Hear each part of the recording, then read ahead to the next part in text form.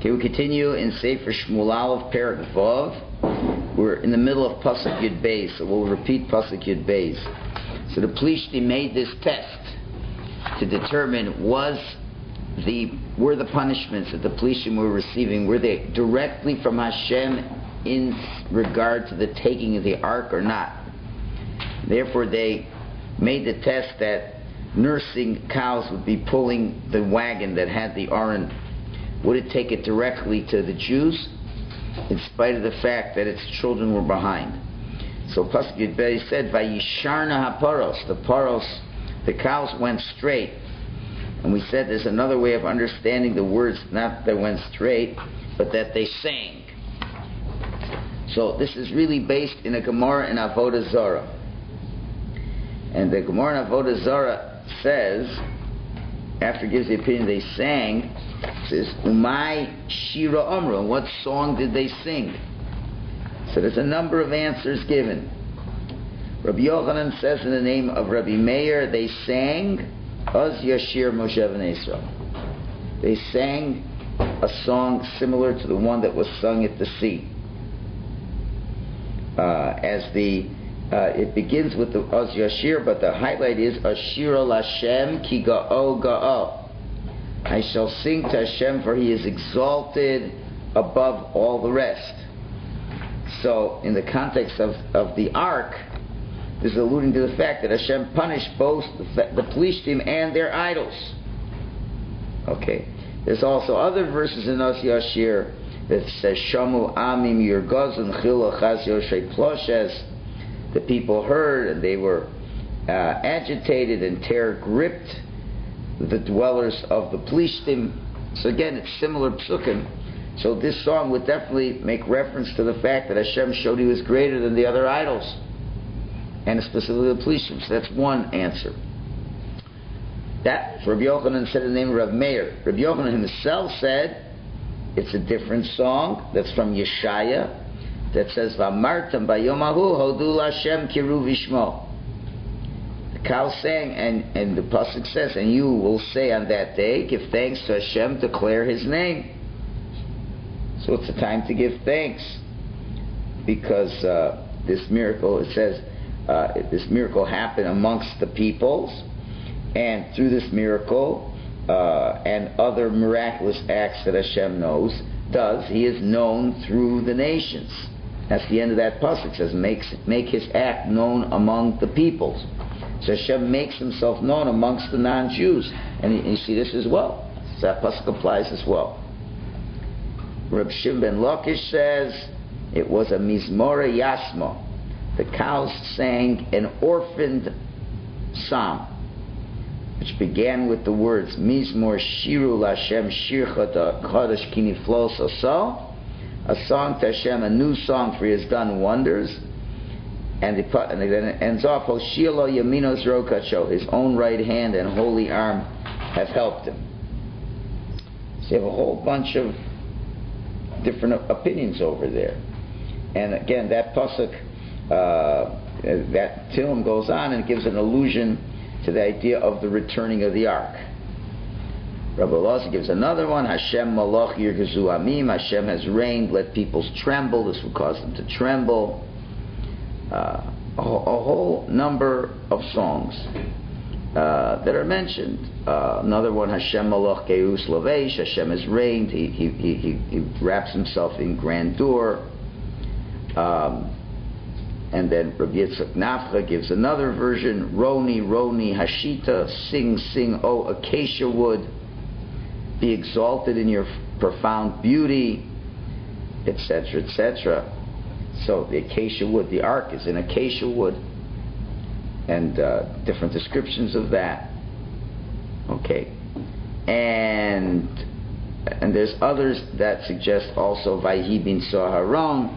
They sang out Vayhi bin Saharon, the ark, when the ark went out, Kuma Hashem v'yafut soivecha, Hashem gets up and spreads out the enemies. So there's a whole different number of songs that they sang. Now, in general, what does it mean that they sang? The most famous question that the rabbis ask, I mean, first of all, what language do they sing in?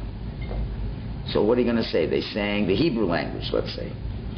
So if that's the case, we know that maybe Bilam's donkey was not the only donkey, the animal that spoke, right? And the Ravid asks, how could the cows have the power of speech? It should have been mentioned in the Mishnah in Pirkei Avos. In the 5th parak it says there were 10 things that were created bein hashmashos, at twilight of creation, and one of them was the mouth of the donkey. So what about the mouth of the cows? It's also, if the cows would be singing, it's also a big deal. So that would be a question. So the Ravid therefore says they sang in their own language, meaning to say Dr. Doolittle talk, meaning they're lowing, they're groaning. You know what they're saying words in cow talk. In cow talk, it's making reference to these holy ideas. So anybody like a Shlomo HaMelech who knew the language of the animals would understand what the cows were saying. So Shmuel Hanavi, when he wrote his Sefer, so Hashem told him, you should know when the cows were lowing, that this is what the lowing was saying. It was saying words in lowing talk, which have a meaning in Hebrew. That's how the Ravid commentary learns this. The Ritva says the Gemara literally means that the cows sang in the Hebrew language. The Mishnah says that Bilam's donkey was the one and only that one. So he answers it doesn't refer only to Bilam's donkey. Rather it means in the final moments of creation, Hashem made it possible for certain animals to speak. And he lists Bilam's donkey, which is explicitly mentioned in the Torah, but it's the prototype for any other animal that may also have spoken throughout the history of the world, which will include these cows. That means the donkey is the first, is the prototype. Okay, now this is all trying to learn it with the basic shot. The Maharal, of course, learns things deeper. He says the Gemara is only allegorical. And when it says when the cows sang, they didn't actually sing, but the point being, the fact that they would abandon their children, which was miraculous, and the fact that they traveled on a direct path, which was also miraculous, right? That itself was a form of song. In other words, just like, when, there is a Perek Shira, right? A Perek Shira, a chapter song, where all the different animals, everything in the world, they sing out. So it doesn't necessarily mean that they sing out that specific verse in the Torah. But what it means is that their life, the way they live, the way the animal goes about comporting itself, is a manifestation of what that pasuk is. Meaning to say, if a person would look at those cows and would be overwhelmed by what this animal does, the person would recognize the greatness of Hashem that's being expressed through the living of that animal. Right? For example, we said many times, what's the song of the snake, the scorpion? Tov Hashem lakol v'rachamav al kol masov. Hashem is good to all, and His mercy is on everyone, even on the snake, even on everyone. Hashem is good on everyone, even the snake that does nothing good. The snake does absolutely nothing to make society a better place except kill people. Right? What else does the snake do? Every other animal does something. It eats rodents. I don't know, but the whole point is the snake bites and gets no pleasure out of it, right? So that's the point of that pasuk is Tov Hashem lakol v'rachamav al kol masav. He has racham even on everyone, even on the snake, and that's just the fact He keeps it alive means He has racham on everybody. So in other words, that reality bespeaks a greatness of Hashem, that one who had the power of speech by looking at this would sing this out. So their action is as if a song is coming out. So that's the Maharal learns, that when the cows were going, it was so miraculous, it's as if they sang out and said something. So you can take either any and all the pshatim that you like. But as well, specifically referring to the song of Vayihi bin Soharon, that if you want to say they sang out that song, and it says Kuma Hashem v'yafutzu oivecha v'yanusu misanecha mipanecha, which means Hashem, get up and spread away your enemies, and they run away from you. So the rabbis say that who is the enemy, the real enemy of the Jews, right, is the Yetzer Hara. It's the Yetzer Hara. So Vayhi bin Sa'aron, when the ark would go, what are we saying? That it should dispel the enemies. So again, this, as we said last week, that the ark was made out of what kind of wood? Acacia. Atze Shittim.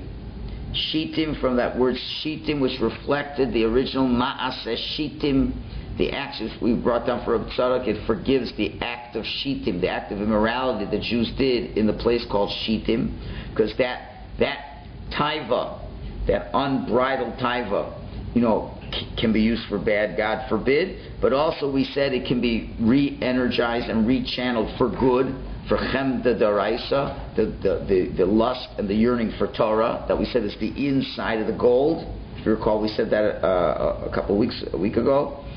So the fact the Aron is when we do carry the Aron and we move the Aron properly, which represents the learning of Torah, this is how we manifest the use of taiva properly, and that scatters away the Yetzer Hara.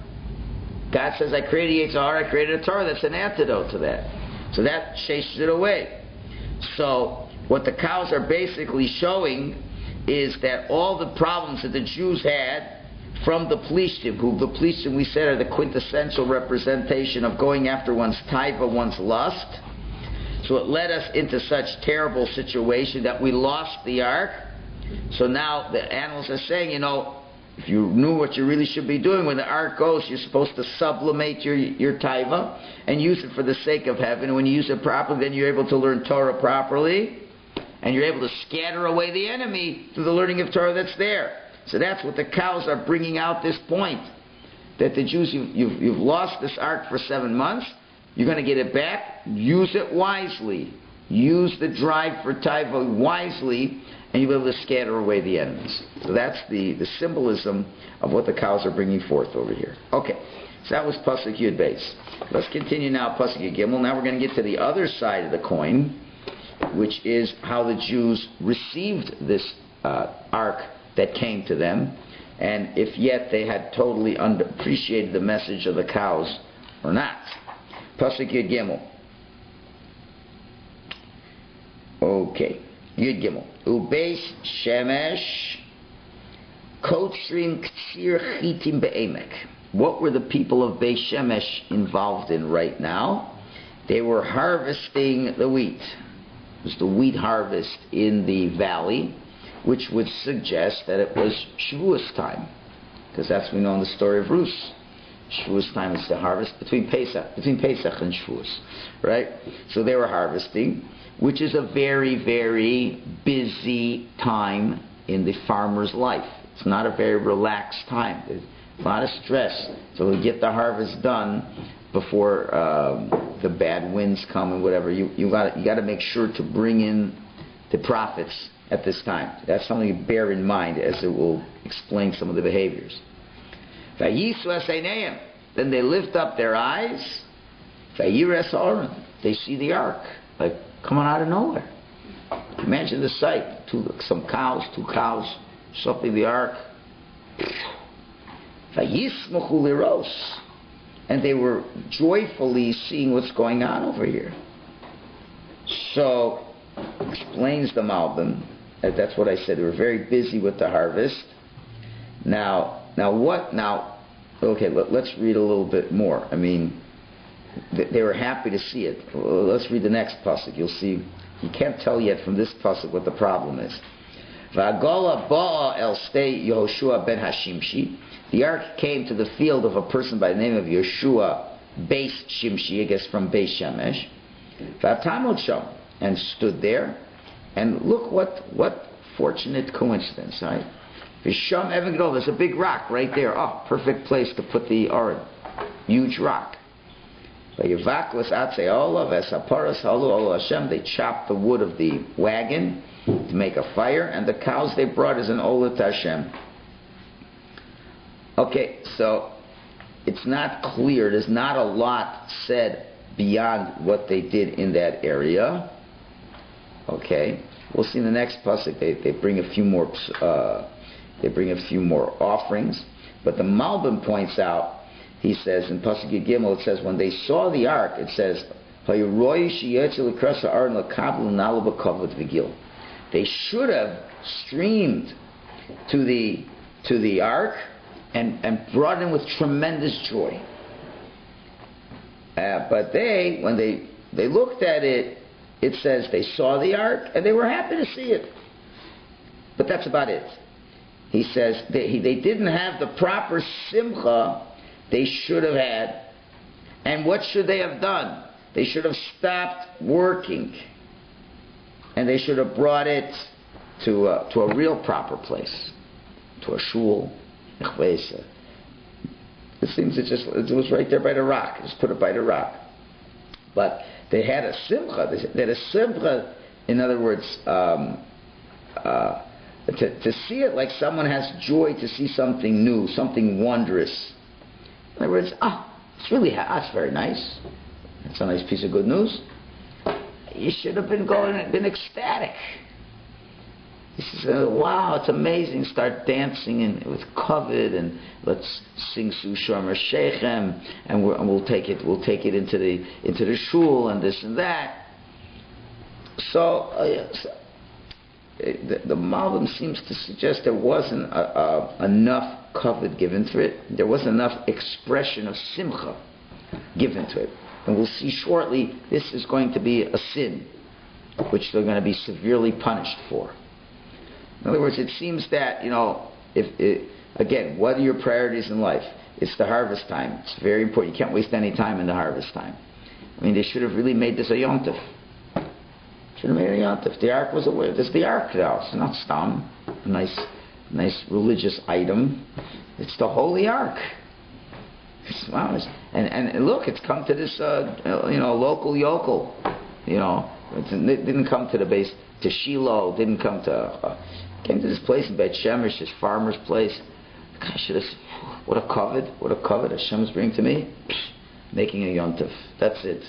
Who's working on a day like today? How could you work on a day like today? Can you imagine, lahavdil, let's say a person, we know in the Holocaust people fought, many of their close relatives died, right? And then you find out 25 years later, 30 years, 40 years later, the person realizes it's a long-lost sister. Can you imagine that? The sister telegrams you and says, listen, I'm coming in on tomorrow. The guy says, okay, come. I'm going to be busy in the fields. When you'll come, while I'm harvesting, I'll give a little smile. I'll shake your hands and I'll go on with my work. You think it'll be? What are you talking about? The guy's going to stop where he's going to go to the airport. He's going to be there early. He's going to hug him and kiss him, and then we got to reminisce. We'll leave the work for next week. Right? No matter how important the work could be, it's not important as a long-lost relative. Now multiply that 1,000 times more. You're talking about the ark, the holy ark. It has our Torah, mamash from Hashem, right? So how could it be? It's business as usual. Okay, we'll give a nice smile. We'll do a few technical things that have to be done. But it's an interruption of our busy work schedule, which is for the what purpose? To make money, to take care of your taivas, which was the whole reason why they lost the ark to begin with. And that's what the cows were singing, Vayhi bin Saharon. The message, the miraculous message of the ark going, if you think about it, means to say the cows. Now a cow is a behemoth. Behemoth is not exactly, I would say, the most spiritual being in the world. Like what a cow, you give it food, it eats. It's a Baal Taiva, right? It's a Baal Taiva cow. The cow is even able to go against its Taiva and go away from its child. Why? Because the ark is sitting in it. It's the ark. Even if a cow is carrying Torah, he knows not to be a Baal Taiva.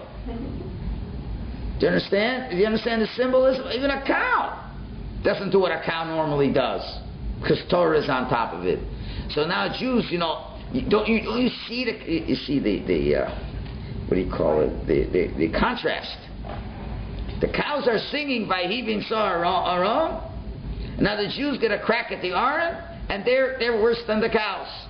They can't stop their work to make the money, right? And which is a secondary pleasure. The cow's primary pleasure can get sublimated by the Torah, and the Jew's secondary pleasure can't get sublimated by the Torah, at least to stop working for the day. So like you didn't get the message, guys. Oh, if you don't get Hashem took away the ark, so you should yearn for the Torah. And now Hashem miraculously brings it back. You go, oh, that's very nice. Okay, happy to see it. Okay, let's get back to work. Okay, we'll send a couple Levium to take care of it and business with you because we got to make the money.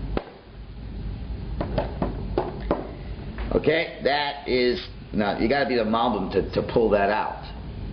You know, we just read the words, but in other words, the indictment is by what's not written, not by what is written. I mean, you should have said, "Wow, it was unbelievable." They were happy to see it.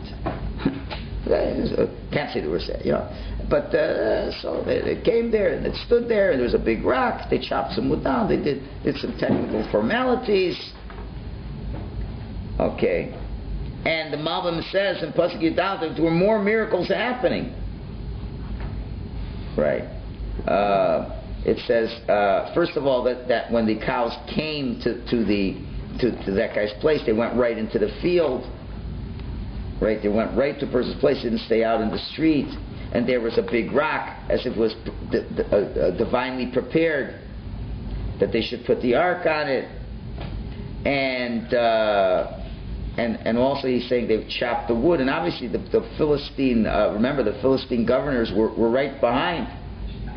Now the question is, who chopped the wood? According to the Malbim, interestingly, it says that the Pelishtim chopped the wood. And they told the Jews to bring the wood up. All right? In other words, because obviously the Pelishtim were looking behind. Do you think the Jews would have done it without asking the Pelishtim? Remember, the Pelishtim defeated them in battle. The Jews were subservient to the Pelishtim. The 5 biggest generals are watching from the street. The Jews are seeing the big generals, the Pelishtim watching from the street, think they're going to do something in front of them. So it seems that the Pelishtim themselves were more involved in the avodah than the Jews than the generals. Because it wreaked havoc for 7 months. They wanted to make sure they're finished with this. The Pelishtim understood to give it more honor than the Yidden gave it. Okay, the Pelishtim had an agenda. They wanted to get the suffering off their back. Okay. But the Yidden should have had an agenda to love the Aaron, which we do not find. Okay. So, one second. And the Radak, he adds, if you look in the Radak on in Pasuk Yud Tes, a little bit ahead, the Radak gives a few reasons more. He first gives the same reason as the Malbim, same reason. He says, Lo hinichu malachtam bavura, they didn't stop their work. He says it straight out, they didn't stop their work. Other opinions say that they said words which weren't as appropriate, as we'll see. I don't know if we'll have time today. We'll see there's a Chazal where they kind of said, like, where were you, Hashem? Like, what have you been? Now you're coming when we needed you. Rashi brings it somewhere. I have to remember where it was. When the ark came, I just want to find where that Rashi is.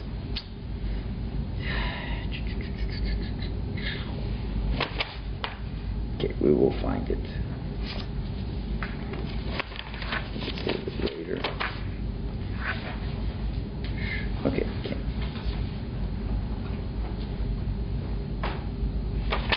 Anyway, it says, Man amriach da amris, uman payas da payas. It's like, when we took you out to battle to help us, you didn't help us. And now you're coming, it's like where were you when we needed you kind of talk. Right? So that's what they said. So that really is not a nice thing. And the other Meforshim say they looked too much at the ark. They were just like you found a sin with Nadav and Avihu, that when Hashem was, before He's giving them the Torah, they saw the countenance of Hashem, as it were, and they looked a little bit too much. So some say that when they opened it up and they saw what was inside and they looked at it, we'll see in a minute. So they didn't give it enough cover. whole bunch of... allowed to do that in the first place. Whole different reasons why they get punished. It's interesting, the Gemara in Eruvin gives another reason. It says it's another interesting halacha. When the Aron is not in its proper place, the Jewish people are not allowed to have intimacy. Because when the ark isn't in a place, it usually means it's not a peaceful time. If you recall, this is why Yehoshua got punished, because when they were before their first battle, he took the ark out a little prematurely. So since he went out a little prematurely, that avoided the Jews one day to be able to be with their wives. And because of that, he was punished. He didn't have any male children.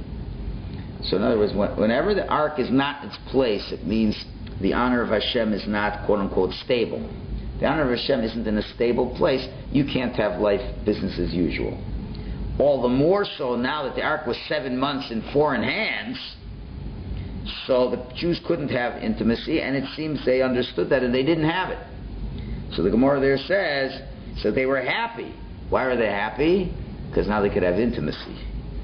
That wasn't the right simcha. It wasn't the simcha over the fact that the ark came back. Baruch Hashem, I can be back with my wife now. That was the main simcha, which is obviously should not have been the main simcha. Okay, so this was a number of issues. I think the first one that I explained is the more powerful of all, but the others evolved from it. If you don't stop your work, then you think, well, the main excitement is that I can be with my wife tonight after work. Or you can criticize it, and the different interpretations that follow with that. And the fact that the Plishtim were even helping by chopping down the wood, it's almost reminiscent of the medrash that says when you come home Friday night and the table is set, there's two malachim, and the good malach blessed, and the bad one is forced to say amen. It's like the Plishtim were forced to say amen. They're forced to capitulate and say, I guess your God is a very special God. If all these miracles happen, He punished us for taking the ark, and we will help. And we will even help you with bringing the offerings that's necessary. So, on the one hand, the Plishtim are so respectful, and the Jews, it wasn't the Torah, it wasn't the main thing they were happy about. And they had to work, they had to still be involved with their tithas. And all still revolves around the tithas and just complaining, where were you when we needed you type of discussion. Alright, Tesvav. V'alavim horidu es Aron Hashem, and the Levim brought down the Aron of Hashem.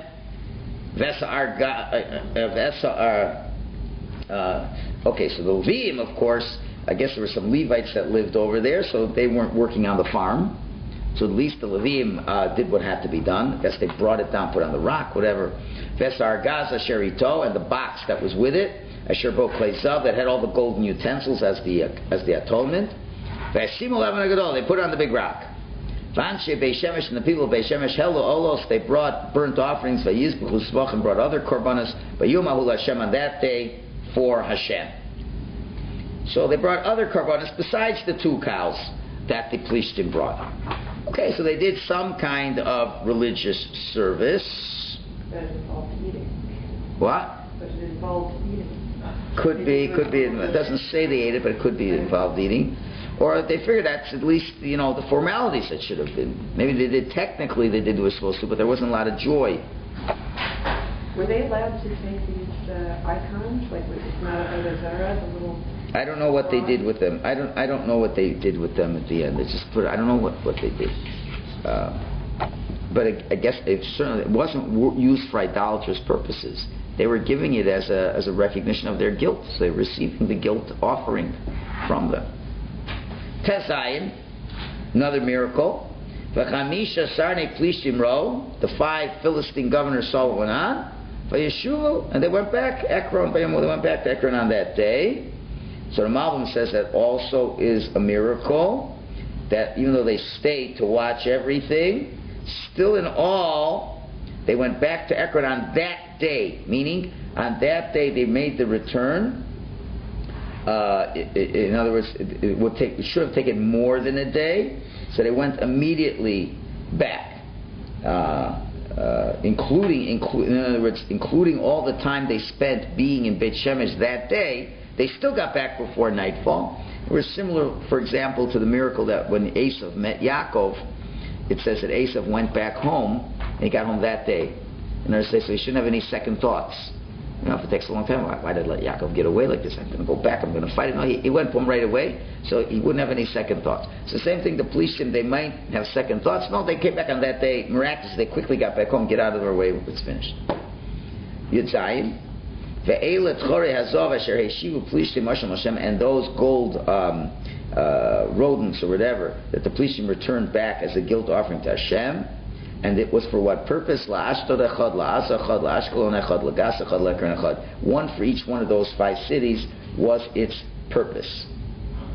Those were one type of the golden images. That was the hemorrhoidal images, and Yudches v'achbarei Azov, and the rodent image, golden images, Mispar Kolari Plishtim, was more than was originally said of the Mispar Kol Arei Plishtim L'Chamesh Sasranim, from that were owned by the 5 governors, ranging from areas of Meir Mivtzor, from the city, from the fortified cities, Vad Kofar Aprazi, and to the unfortified cities. Or it could be also names of places. But Oval Hagadola, I guess that's another boundary called Oval Hagadola, which also means the great morning. Asher Heinichol Es Aron Hashem, where they placed the Ark of Hashem, Ad Yom Hazeh, until this day, V'stei Yeshua Beit Shimshi, to the fields of Yoshua of Beit Shemesh. In other words, there seemed to be more than what the original plan was to give 5 and 5. It seems it was 5 big ones for the Plishti leaders, but more than 5 for the many villages and different cities that were there. They gave a lot more, and I guess they called the place Avul Gedola, which is the boundary between Eretz Yisrael and the Plishti, because that's where they had a lot of mourning, because all the suffering that they have. It's interesting. I'm not sure why I don't have an answer why the pasuk is giving us the detail here, where it could have given it before, and so I don't really understand. I don't see anybody who discusses this, or maybe again it's the contrast. Maybe the great recognition of how great Hashem was. You see how much wealth the Plishtim gave away. They're willing to admit their mistake. Maybe it's just highlighting the contrast, which we now see in Pasuk Yud Tes. Second. Now Pasuk Yud Tes, a very sad Pasuk. Pasuk Yud Tes, Vayach ba'anshe Beit Shemesh, and then Hashem brought a plague. He hit the people of Beit Shemesh. Here's the words where the Radak was referring to. It says, Ki ra'u ba'aron Hashem. They looked ba'aron Hashem. Okay? It didn't say, where ra'u aron Hashem, ba'aron Hashem. In the aron Hashem. They mamish, I think one of the Pshatim says kind of the curtain moved out and they looked in whatever. But they looked in the Aron Hashem. Vayach ba'am shivimish. He hit from the people. He killed 70 people. But then it says chamishim elafish, 50,000 people. So that's the problem. How do we interpret that part? We'll get to in a minute. Vayisablu ha'am, and the people mourned greatly. Ki hika Hashem ba'am maka gedol, because Hashem hit a great hitting on this day. Ooh, there's a real killjoy. The ark comes back. Yeah. And they're a little bit happy. They bring korbanos, and wham! They get zexed. So he said. So the Malma says, whenever you have the word ra'ah, seeing, followed by the conjunction beis, it says kiro ba'aron. It could have said kiro aron. Why did it say kiro ba'aron? It says whenever you have the word seeing, re'iyah, followed by a beis, it teaches you on a great comprehension that happened. When you can look at something, looking can also mean to comprehend. How do you know it when it says ra with a beis afterwards?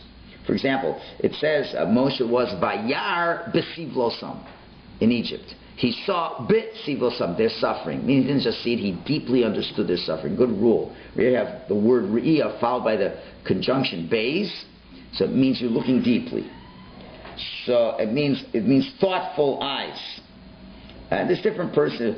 Ure'eh betuv Yerushalayim. Look at the good of Yerushalayim. You got to look deeper eyes to see the good of Yerushalayim. Yeah. If you look superficial, Yerushalayim is not such a great city. it's still beyond why it would ever be a tourist attraction.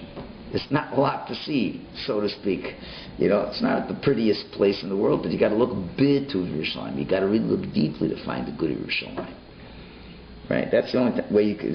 So that's the idea. So over here as well, it says they looked more than they were supposed to be looking, because they didn't have enough respect and reverence. They should have so much reverence. They should have, like when Moshe saw the burning bush, cover your eyes. It's too holy for us. We've been working. We're not even prepared for this. Okay, maybe if we went to the mikveh, we said Tehillim, we knew it was coming, we prepare ourselves for it. We're in our dungarees with mud in our hands, hey, the holy ark. Cleaning yourself off. No, it's like people, what's this news event that CNN is bringing, and we need to know all the details of what's going on. It's the Aron, don't be so chummy with it. That's the way the Malbim learns that over there. How do they know what's inside? They know what the ark was. This was the ark, man. Everybody knew what the ark was. But the Plishtim could have taken out the concept? No, there was nothing in there. The Sefer Torah already know. The Luchos Shol HaMelech had saved them. So the ark itself was a chashuv thing. The Aron itself. Was the Aron had the cherubim. What are you talking about? They never knew what an Aron was. They knew what the Aron was. That itself was a holy thing. So therefore Hashem hit them because they looked into the Aron, however you want to learn it, or they looked too deeply into the Aron, and therefore Hashem hit from the people of Anshe Bet Shemesh, because they looked at it in a denigrating way, and now it killed 70. So what does it mean? So one pshat is it seems that a lot of people gathered from surrounding cities. I guess when word got out, it came, a lot of people came. So one pshat is 70 people from Bet Shemesh got killed, and 50,000 in total from all the other people from the surrounding areas that came to look at the news spectacle. That's one pshat. So how do you know? 70 and 50,000. The rabbis say, another pshat, 70 were killed, but those 70 were such holy people, they were equal in spirituality to 50,000 people. Or it could be that maybe 50,000 were there, but only 70,000 were killed. 70 were killed. So it could be 70 from the 50,000. So you have three pshatim. Either 70 plus 50,000, 70 from the 50,000, or 70 equal to the 50,000. And all three pshatim could be right. So Shemesh didn't have 50,000. No, but surrounding people came. Okay, from surrounding areas. Okay, and from the text as well, it seems that they all, felt by Yisab Laham, they mourned a lot because obviously it was a plague. It's a plague. Plague. Vayach, Hashem hit them. Whatever. That doesn't say how. They just died. He smit them. That doesn't say what the source of it. It says, he says Hashem hikabam. Hashem hit them. That's it. That's all. But it seems that, according to one shot from Chazal, it's 70 Shivim Ish Migdolei Ha'ir, the 70 biggest of the city. The greatest. In other words, even the greatest people didn't recognize the tremendous value of having the Aron in their midst. Again, they were not into the way they should be. Well, they didn't guide the people towards the right things to do. Maybe that's the whatever it is that Aron did not get for any of the pshatim we've brought. It didn't get the proper respect they should have had. Yeah, and you could say, it let them down when they wanted it. We brought it out to battle and we lost. Look what happened. You couldn't even save us, and now you're back. So, a little bit of that reverence was missing. With all the factors together, there's a number of factors why that was happening. Yeah. Going back to Howard's question, how do we know it was empty? Well, I already explained it before. From Chazal. Chazal tell us that Shol HaMelech took the luchos. Because here in the comments it talks about two arcs, one with the broken tablets, one with the... Okay, I don't want to get involved broken. Yeah, okay. It's a whole machlokas what it is. It doesn't matter, even if it wasn't there, it doesn't matter. The ark itself was holy. That's right. Even if the luchos were there or weren't there, it still was the Aron. Do we ever hear any talk about the luchos later after Shaul hit them? Anybody find them? No, I'm sure he put it back in. We had it for years. It went back in. It went back in. For sure went back in. So now let's just finish. All right. Okay. Vayomru anshe beishemesh. Tivul beishemesh said, "Mi yuchal lamod lifnei Hashem Elokim HaKadosh Hazeh." Who can stand before Hashem Elokim, the Holy One? V'mi yalam elenu. Who can come up from us? In other words, they weren't sure what the reason of the punishment was. Weren't sure, right? Was it because the ark is such a holy thing that I guess you got to really be holy? I guess it's so holy, we had to make ourselves so holy. Who can stand before this holy ark? Or maybe Hashem doesn't want to have His presence be in such a place that isn't designated for the Shekhinah. Vel mi yalem elenu. Who can come up from us? Interesting. So, in other words, they didn't even realize that they should do tshuva. They didn't even think it was our fault. It says, it's too holy. Either the place isn't holy enough, or nobody could be holy enough to take care of it. We didn't do anything wrong. Again, the contrast to the police team who says, it's our fault, we're terrible. Let's just finish the parak.